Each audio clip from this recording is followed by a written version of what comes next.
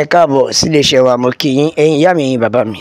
Ibikíbi tí ẹ bá ti láǹfààní àti máa gbọ́ mi pé ẹ káalẹ́, ẹ kúrọ̀lẹ́, etí tẹ́ fi ń gbọ́ wa kò ní di, bákan náà ojú tẹ́ fi ń rí wa náà kò tún ní fọ́. Àwa la ó máa wá, ẹ̀yin náà la ó máa bá ọ. Ikú kò ní wá gbèsè o. Nílé ayé yìí, ẹ wò ó, bó tilẹ̀ wù kó kéré kó tóbi mọ́, kò sí ibi tí ẹ̀wọ̀n ti dá fún ọmọlúàbí. Bẹ́ẹ̀ ni o. Nítorí wípé ṣé ẹ rí nígbà tí wọ́n lọ yẹ Oríyọmí Hamzat àti Queen Naomi wò nínú ọgbà ẹ̀wọ̀n tí ìjọba sọ wọ́n sí. Àánú abiyamọ á ṣe yín. Gbogbo àdúrà wa ni pé kí oore kí ó má debi o. Kóore kó má debi. Àkọ́kọ́ mo kí yín o pé a kú àṣekù ọdún, a kú ti kérésì yìí lọ́tùn lósì. Ṣé ẹ mọ̀ pé ìjọba ti sọ pé Oríyọmí Hamzat àti Queen Naomi wípé inú ẹ̀wọ̀n ló ti máa lo ọdún náà, ṣùgbọ́n àdúrà là ń gbà ó kí Ọlọ́run kí ó kó o yọ. Gbogbo wa la mọ̀ pé ṣé ẹ rí ẹ̀rín tí Oríyọmí Hamzat rìn yẹn, ká sọ pé ẹ̀rín akọni. A lè pè lẹ́rìn akọni nítorí pé gbogbo wa la mọ̀ wípé kò easy. Kò easy rárá. Ṣé ká sọ pé ìgbà tí ó lo oxygen ni tó fi oxygen mí? Ṣé ìyẹn ni a fẹ́ sọ ni tó fi jẹ́ wípé pẹ̀lú ẹ̀ lórí sickbed díẹ̀ náà wọ́n sì tún invite ẹ̀ sí court. Bó ṣe wà lórí bẹ́ẹ̀dì náà tó wà ní orí ìdùbúlẹ̀ àìsàn lórí àkéte bẹ́ẹ̀dì náà, wọ́n sì tún invite ẹ̀ lọ court. Still yet, ẹni yìí sì tún yọ oxygen, ó sì tún lọ sí court, ó sì tún attend sí wọn ní court. Ẹ wo, olórí àdúrà ni pé àdánwò tó máa fẹ́ ga tó ẹ̀mí èèyàn kọ́ lọ máa fi dán wa wò. Olórí àdúrà nìyẹn o, ṣùgbọ́n ẹ̀bẹ̀ tá ń bẹ̀ ni pé bàbá wa Ọ̀jájá, ẹ dákun ẹ bá wa wá nǹkan ṣe sí i. Bẹ́ẹ̀ ni ẹ bá wa wá nǹkan ṣe sí i o, nítorí pé tẹ́ ẹ bá sọ pé Queen Naomi ìyàwó tẹ́lẹ̀ rí ni kò sí ní tó kàn yín. Ẹ má gbàgbé tó ṣe bí òwe Yorùbá tó ní kò sí bá ṣe máa porí ajá tá ò ní porí ìkòkò tá a fi sè é. Bẹ́ẹ̀ ni, tó túmọ̀ sí pé kò sí bó ṣe fẹ́ sọ lọ sọ́bọ̀ wọ́n á ní ex-wife of Ọọ̀ni. So wọ́n ti porúkọ yín náà mọ́ nìyẹn. Tẹ́ ẹ bá tiẹ̀ wò ẹ wo ti wípé ó ti fìgbà kan jẹ́ olólùfẹ́ yín rí. Bàbá, ẹ dákun, ẹ bá wa wá nǹkan ṣe, ẹ bá wa dìde.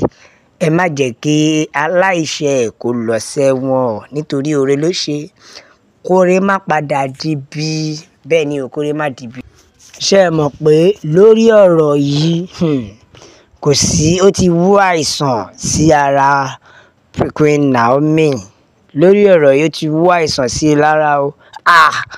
Yorùbá tó ní ewúrẹ́ ló ń gbọ́jọ́ kú rẹ̀ tó ń jẹwé, wọn mọ̀ púrọ̀. Tó túmọ̀ sí wípé ẹ̀wọ̀n ò dá lára. Lórí ọ̀rọ̀ yìí, Queen Naomi ti wà hypertensive, ó ti ní hypertension lórí ẹ̀. Kò sígbà tí ò ní ronú.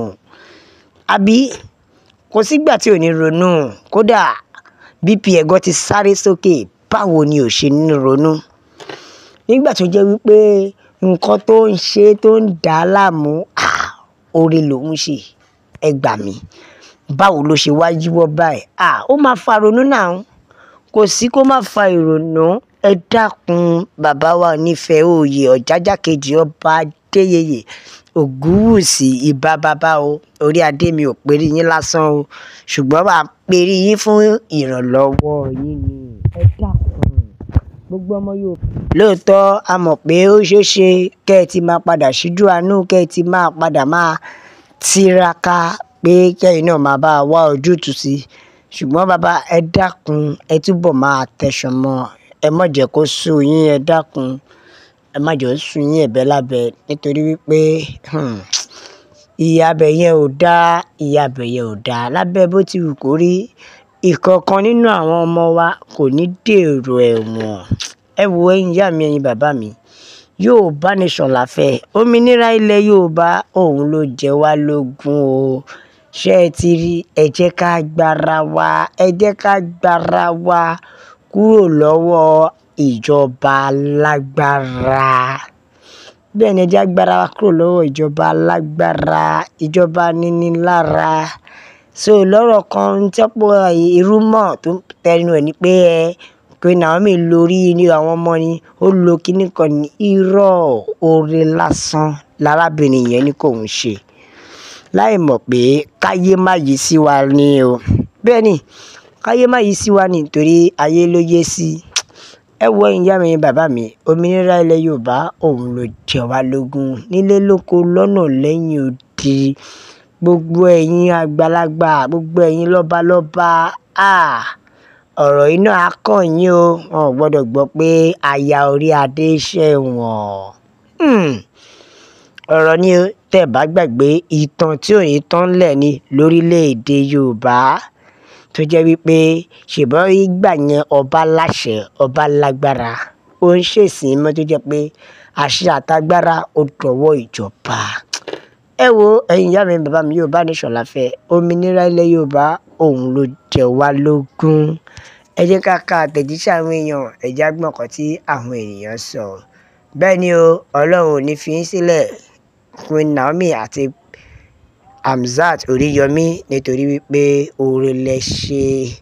Bẹ́ẹ̀ ni o, nítorí oore tẹ́ ṣe náà sì kéré kò ní di bí o. Freedom for Hamzat Oríyọmí and Princess Naomi.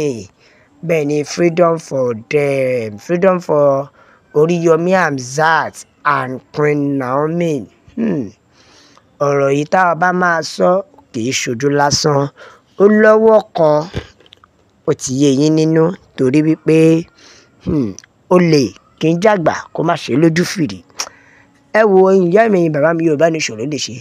Òmìnira ilẹ̀ Yorùbá òun ló jẹ wá lógún o. Bẹ́ẹ̀ ni hypertension ni o tó dẹ̀ lágbára nítorí ọ̀rọ̀ yìí. Queen Naomi wọ́n ti ń develop hypertension. Ọ̀rọ̀ yìí le. Ẹ wo ìyá mi bàbá mi ẹ bá wa ṣe, ẹ gbé wọ ìgboro ayé.